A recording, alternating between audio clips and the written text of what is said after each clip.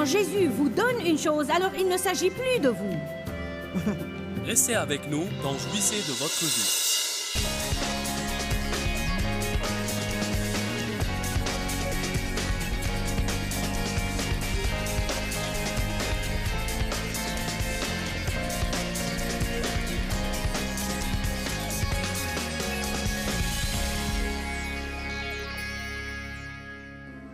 Hébreux 1, versets 2 et 3. Mais dans ces derniers temps, il nous a parlé par la personne du Fils, qu'il a établi héritier et propriétaire légitime de toutes choses.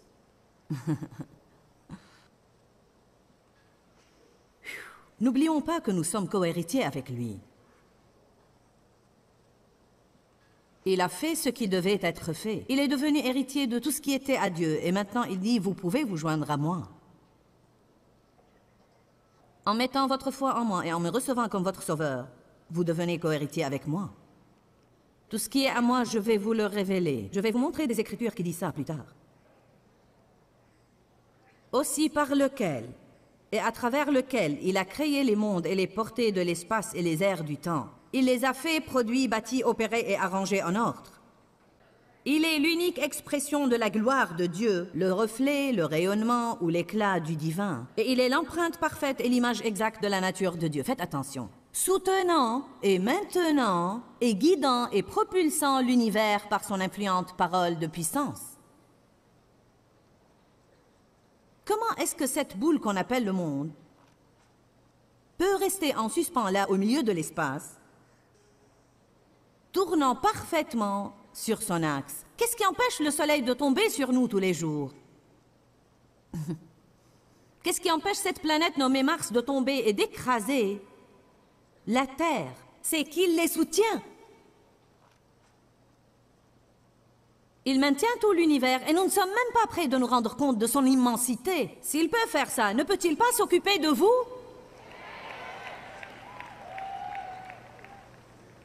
N'est-il pas étonnant qu'il se soucie tellement d'un petit point dans cet univers nommé le monde, qu'il a déjà inscrit tous les jours de nos vies dans un livre? Ah, je me sens aimé et soutenu aujourd'hui. Cela me décontracte. De quoi devons-nous nous soucier alors? Je veux dire que s'il maintient l'univers et fait fonctionner le tout en bon ordre, dois-je vraiment avoir peur et m'inquiéter de ce qui va m'arriver?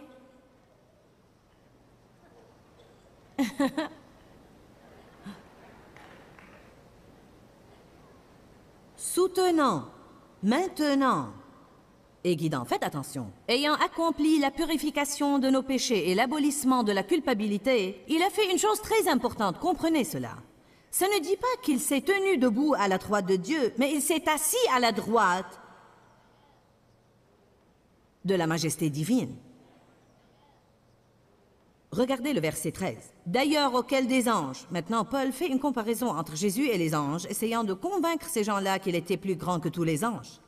Il dit, d'ailleurs, auquel des anges a-t-il, il étant Dieu le Père, a-t-il jamais dit, assieds-toi à ma droite, associe-toi à moi dans ma dignité royale, jusqu'à ce que je fasse de tes ennemis ton marchepied? Alors Jésus est décontracté. Il s'occupe de toutes ces choses et les soutient, mais ce n'est même pas un effort. Il est assis là-bas à la droite de Dieu, décontracté, attendant que Dieu fasse du reste de ses ennemis son marchepied. La nouvelle devient meilleure. Car la Bible dit dans Éphésiens 2 que nous sommes assis avec lui dans les lieux célestes. Nous sommes assis. Pourquoi la Bible dépeint-elle toujours Jésus comme étant assis? Apocalypse dit, celui qui était assis sur le trône. Pourquoi ne court-il pas dans le ciel, soucieux de ma situation? Pourquoi ne se tord-il pas les mains pour trouver une solution? Il y a sûrement beaucoup de travail impliqué pour faire fonctionner tout cet univers. Après tout, je le garde occupé rien qu'à moi. Amen.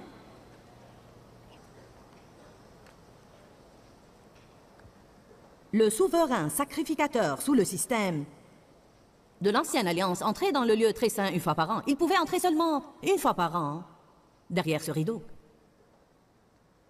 Et il entrait une fois par an, mais il n'y avait pas de chaise à l'intérieur du lieu très saint. Tout le temps qu'il était dedans, offrant des sacrifices pour ses péchés et les péchés du peuple, il devait faire quelque chose. Il avait des cloches qui étaient attachées, une corde qui était attachée à sa jambe, car s'il mourait là-dedans, personne ne pouvait entrer pour le sortir, il devait le tirer dehors. Il lui attachait une corde quand il entrait pour qu'au cas où il faisait une erreur et était tué par Dieu, il puisse le tirer dehors. Nous n'avons pas eu de ces nouvelles pour un moment. Je n'aimerais pas vivre sous un système comme ça qui était aussi dur. Jésus est notre souverain sacrificateur. Il y a une telle corrélation là et un tel message. Nous n'allons pas en parler. Mais cette chose à propos d'être assis est importante car elle fait allusion à entrer le repos de Dieu. Elle fait allusion à rester tranquille et décontracté. Le souverain sacrificateur ne pouvait jamais s'asseoir. Œuvre, œuvre. L'ancien système était œuvre, œuvre, œuvre, œuvre. Que puis-je faire? J'ai fait une erreur. Je dois la payer. Je dois sacrifier. Que puis-je faire? Ça alors? Je ne vais jamais me libérer de cette culpabilité, ni me libérer de la condamnation. Mon Dieu, œuvre, œuvre, œuvre. Je serai contente l'année prochaine quand le souverain sacrificateur offrira des sacrifices afin de me libérer pour 2 secondes, puis je commencerai à entasser une nouvelle pile. Je ne voudrais pas de ce système.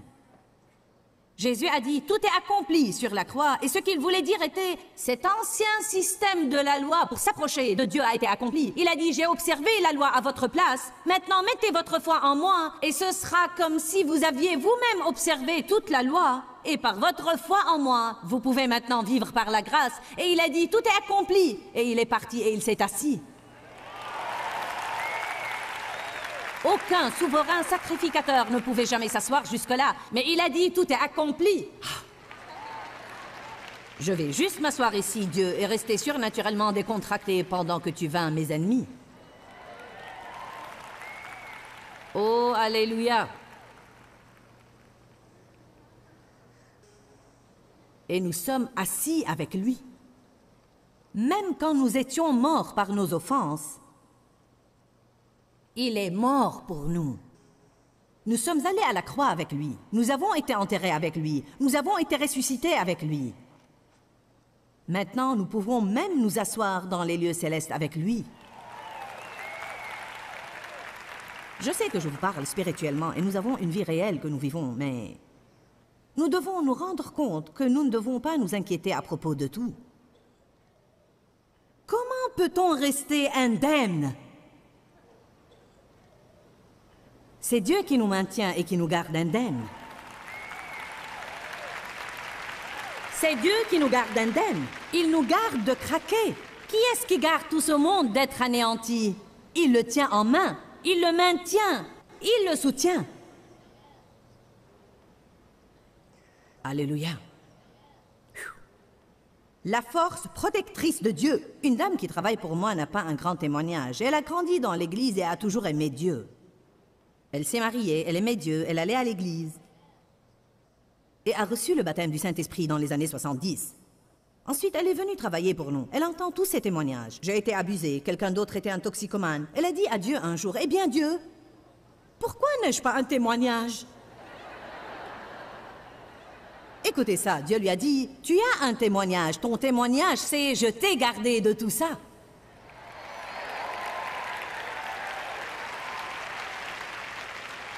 Amen. La force protectrice de Dieu. Il est notre gardien. Je garderai tes allées et tes venues. Je te garderai du péché. Je te garderai du mal. Le psaume 91 dit qu'il chargera ses anges de nous et qu'ils nous protégeront et nous défendront. Cette même dame était assise dans un bateau un jour, lisant. Son mari pêchait.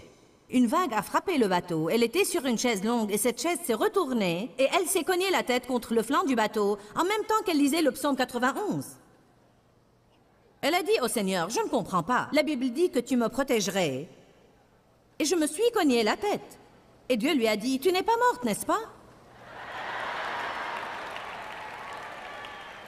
Bon, alors il y a des choses qui arrivent dans notre vie et que nous n'aimons pas. Mais nous ne savons même pas de quoi Dieu nous a gardés et que Satan avait planifié.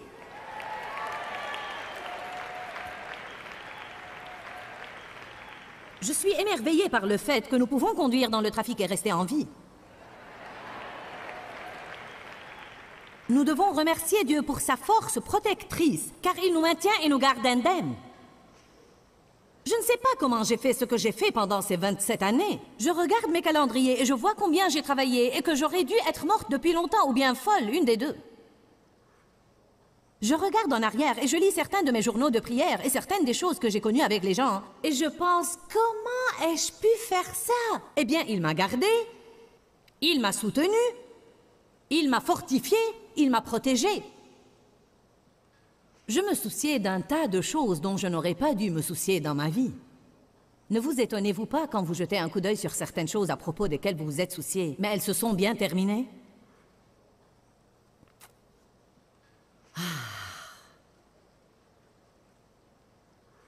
Ce soin continuel de Dieu dans notre vie, écoutez bien ça, est ininterrompu.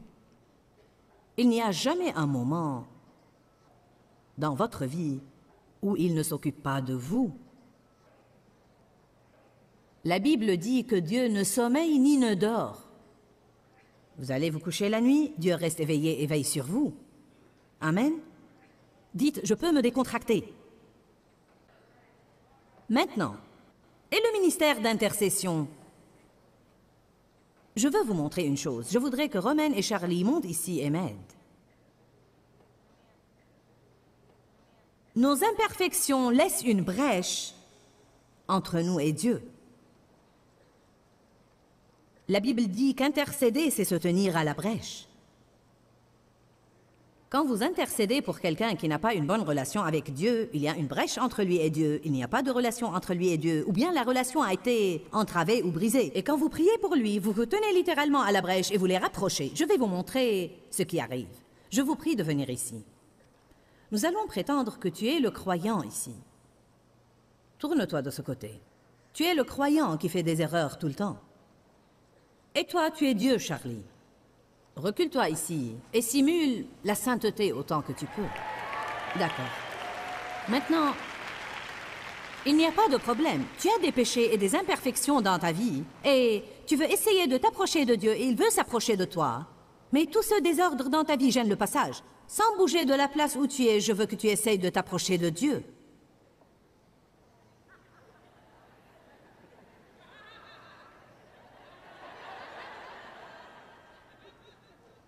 Alors que fait Jésus? Il se tient à la brèche comme intercesseur et il intercède continuellement. Donc, à travers Christ, en lui, je suis continuellement admise auprès de Dieu. Et devinez quoi? Le temps que toutes les imperfections du croyant passent par moi et arrivent à lui, la Bible dit, il nous considère comme justes. Parce que nous avons été lavés par le sang de Jésus. Alléluia! Quelqu'un se tient à la brèche pour moi tout le temps. Amen. Vous pouvez descendre, merci. Hébreux 7, 25. 3 écritures que je veux qu'on lise. Elles sont toutes vraiment importantes. Par conséquent, il peut sauver d'une manière définitive, complètement, parfaitement, finalement, pour tous les temps et éternellement, ceux qui s'approchent de Dieu par lui, étant toujours vivants pour faire une pétition à Dieu et pour intercéder avec lui et intervenir en leur faveur. Romains 8, 34. Vous prenez une leçon de Bible et demie aujourd'hui.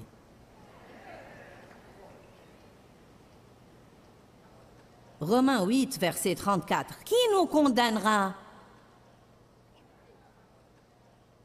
Lorsque vous sentez toute cette culpabilité à cause des erreurs que vous faites, qui est là pour vous condamner? Jésus nous condamnera-t-il, lui le Messie qui est mort, bien plus qui est ressuscité d'entre les morts, et qui est maintenant à la droite de Dieu, suppliant et intercédant pour nous? Qui est-ce qui essaye de me condamner? Ce n'est pas Jésus. Le Saint-Esprit établit ma culpabilité, mais établir la culpabilité est une chose totalement différente de la condamnation. Quand je suis accusé, je dois me repentir. Je ne devrais jamais me sentir condamné. Je ne devrais jamais passer des jours à me sentir coupable à cause d'une erreur que j'ai commise. Car Jésus est là, intercédant pour moi, se tenant à la brèche. Soit que nous allons croire que son sang suffit, soit que nous allons croire que nous devons lui ajouter notre sacrifice. Combien de vous ont mauvaise conscience et se sentent coupables? Allez, nous avons enseigné sur la vérité jeudi soir. Ne me poussez pas à venir vous confronter. Je me permettrai de dire qu'il n'y a qu'un nombre limité de chrétiens qui ont mûri au point où, quand ils font des erreurs, ils peuvent se repentir, recevoir le pardon et avancer. Voici une histoire qui m'a donné une bonne leçon. Je me sentais si coupable et je pense que ça venait de toutes les années où l'on abusait de moi et que je savais ce qui se passait dans ma vie, ce que mon père me faisait et que je devais toujours le cacher à ma mère et aux gens et j'avais mauvaise conscience à cause de ça. Et bien sûr, le diable me faisait penser qu'il y avait quelque chose qui n'allait pas en moi, sinon mon père n'aurait pas voulu me faire cela. Alors j'ai grandi avec ce fardeau de culpabilité, de honte et de reproche comme si tout était de ma faute. Même après ma conversion, c'était comme une drogue dans ma vie. Vous savez, se sentir toujours coupable et avoir mauvaise conscience peuvent littéralement devenir comme une drogue. C'est comme lorsque vous avez mauvaise conscience pour si longtemps que vous sentez que ce n'est même pas juste de vous sentir bien dans votre peau. C'est comme ce n'est pas bien. Dieu n'accepterait pas que je me sente bien dans ma peau. Comment pourrais-je me sentir bien dans ma peau avec toutes les choses que j'ai faites? Mais voyez, Jésus a acheté votre justice. Il vous l'a donné en cadeau. Où est la logique si Gilles n'avait que des chiffons pour s'habiller, et moi j'ouvre mon armoire et je lui donne 5 ou 6 de mes meilleures tenues, et puis elle vient ici tout le temps portant ses chiffons? Je ne suis pas suffisamment bien pour les porter. Je suis contente de les avoir, mais je vais continuer à porter ces chiffons car j'ai peur de porter ces jolis habits. Je me sentirai insultée. Quand Jésus vous donne une chose, alors il ne s'agit plus de vous. Par la foi, vous devez revêtir sa justice. Vous devez vous parer de la justice. La Bible dit, revêtez la cuirasse de la justice et mettez vos chaussures de paix. Ils nous sont offerts par Dieu et nous sommes supposés les mettre.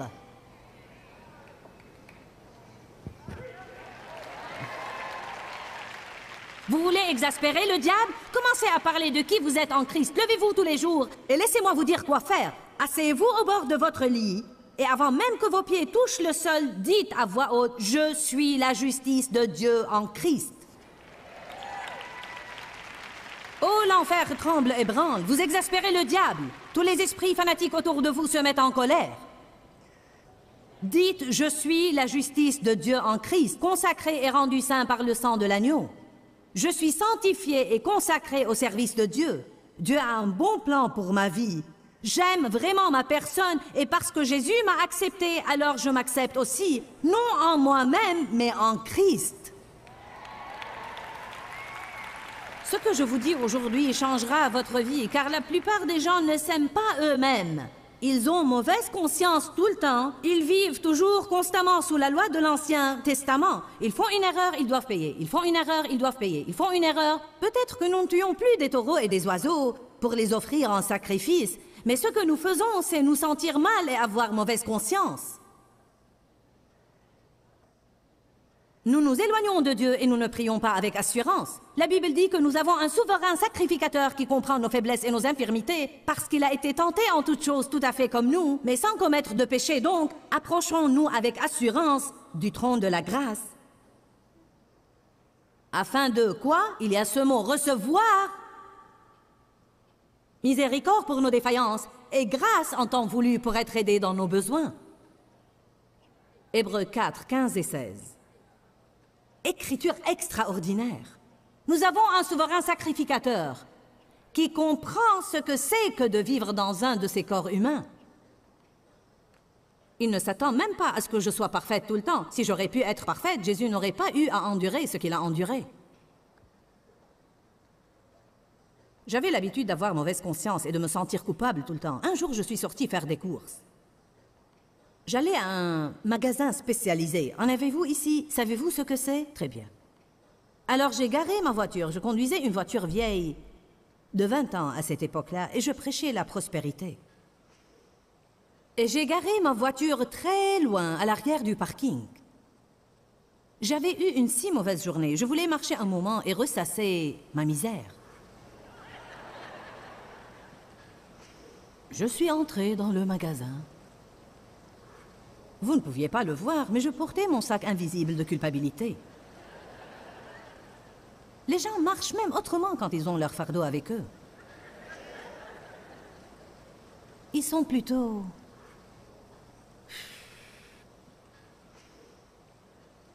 Le Saint-Esprit m'a dit, Joyce, comment envisages-tu d'obtenir le pardon pour ce péché?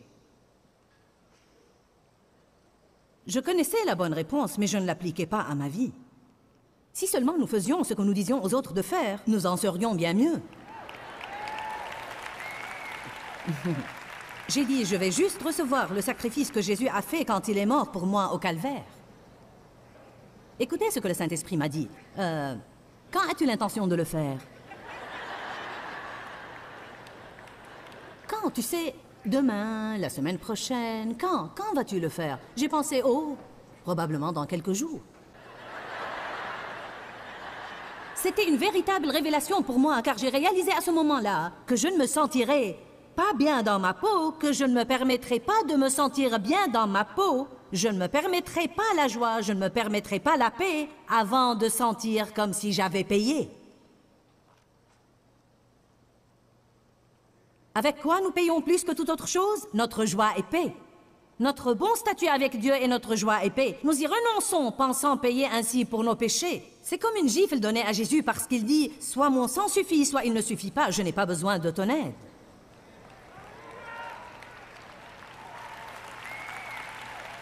Allez, je dis de bonnes choses aujourd'hui. Qui nous condamnera? Ce n'est pas Jésus. Ensuite, 1 Jean 2, 1. J'aime ça. Laissez-moi vous le lire pour gagner du temps. Mes petits-enfants, je vous écris ces choses afin que vous ne péchiez point. Toute la Bible est écrite pour qu'on ne continue pas à vivre dans le péché. Mais si quelqu'un a péché, nous avons un avocat, un qui va intercéder pour nous auprès du Père, et c'est Jésus-Christ, le tout juste, le droit, qui se conforme à la volonté du Père dans chaque finalité, pensée et action. Je dois me lever tous les jours et essayer de ne pas pécher. C'est la finalité de tout ce que je fais. Mais quand je fais des erreurs, Dieu merci, j'ai un avocat, j'ai un intercesseur, j'ai quelqu'un qui se tient à la brèche pour moi. Et il a déjà été parfait. Donc quand je ne peux pas être parfaite, je prends de sa perfection et Dieu la considère comme mienne. Allez, quelqu'un qui nous suit à la télévision devrait se réjouir et sautiller dans sa maison maintenant. Les gens présents ici ne peuvent pas se lever et courir dans le bâtiment, mais vous pouvez courir dans votre maison en sautant et louant Dieu. Je veux dire, vous devez vraiment être là-bas à danser une gigue. Vous devez dire « Oh, le Seigneur soit loué, Alléluia! Il m'a affranchi! » Jésus a payé pour mes péchés. Il intercède pour moi. Il me soutient. Je suis assis avec lui. J'ai été enterré avec lui. Je suis ressuscité avec lui. Car c'est de lui et par lui et pour lui que sont toutes choses. Tout commence en lui et tout se termine en lui. Il est le centre de toutes choses, la source de toute vie. Tout ce qui a une vie la prend de lui.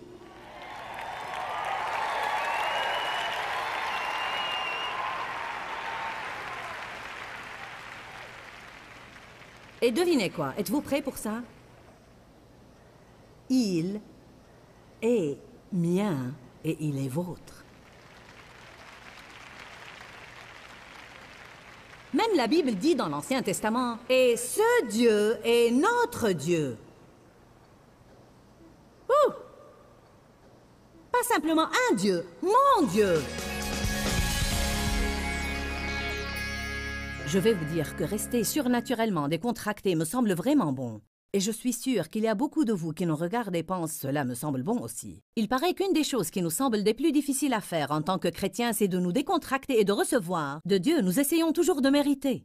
Nous comptons sur nos œuvres et nous nous efforçons de prendre ce que Jésus a déjà réalisé pour nous à la croix. Nous devons comprendre dans nos cœurs que Jésus se tient à la brèche en notre faveur et que tout ce que nous devons faire, c'est de recevoir de lui et de vivre par la grâce et non par les œuvres. Et c'est là que nous pourrons jouir de la vie que Jésus est mort pour nous donner. Dis-leur que je les aime. Dans ce livret, Joyce Meyer donne une révélation de l'amour de Dieu pour nous. Pour obtenir ce livret gratuitement, écrivez-nous à Joyce Meyer, boîte postale 40095-6300, Larnaca, Chypre. Ou bien visitez notre site web www.joycemeyer.org/fr.